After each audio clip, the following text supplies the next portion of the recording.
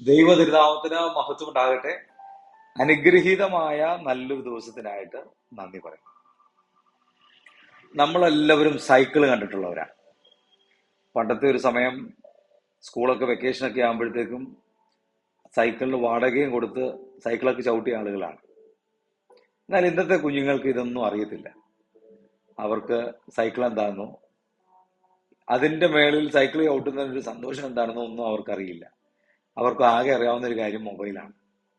ഏത് സമയത്തും മൊബൈൽ നോക്കുക, ഇങ്ങനെ കുനിഞ്ഞിരിക്കുക, അത്രേ ഉള്ളൂ. പ്രിയമുള്ളവരെ, നമ്മുടെ ജീവിതം എന്ന് പറയുന്നത് ഒരു സൈക്കിൾ ചവിട്ടുന്നതിനോട് തുല്യമാണ്.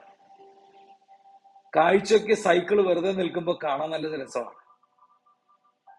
അതിന്റെ ഓരോ ഘടകങ്ങളും പറഞ്ഞറിയിക്കാനൊക്കെ എക്സ്പ്ലെയിൻ ചെയ്ത് കൊടുക്കാൻ വളരെ എളുപ്പമാണ് സൈക്കിൾ.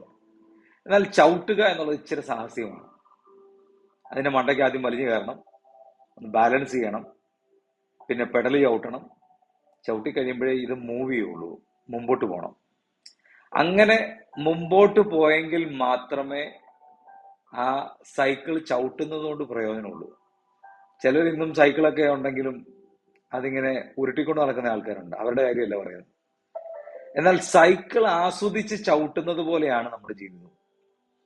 പലരും ചുമ്മാ നിർത്തിയിരിക്കുന്ന സൈക്കിളെ നോക്കി വർണ്ണിക്കുന്നത് പോലെയാണ് ചിലർ ജീവിതത്തെ വർണ്ണിക്കുന്നത്. എന്നാൽ ജീവിതം ഭംഗിയായിട്ട് കൊണ്ടുപോകണമെങ്കിൽ അതിന്റെ പുറകിൽ ഒത്തിരി കാര്യങ്ങൾ പ്രവർത്തിക്കണം. ഒന്ന്, ബാലൻസ് ചെയ്യാൻ ശ്രമിക്കണം. രണ്ട്, മുമ്പോട്ട് പോകണം. എങ്കിൽ മാത്രമേ യാത്ര സുഖകരമാകൂ.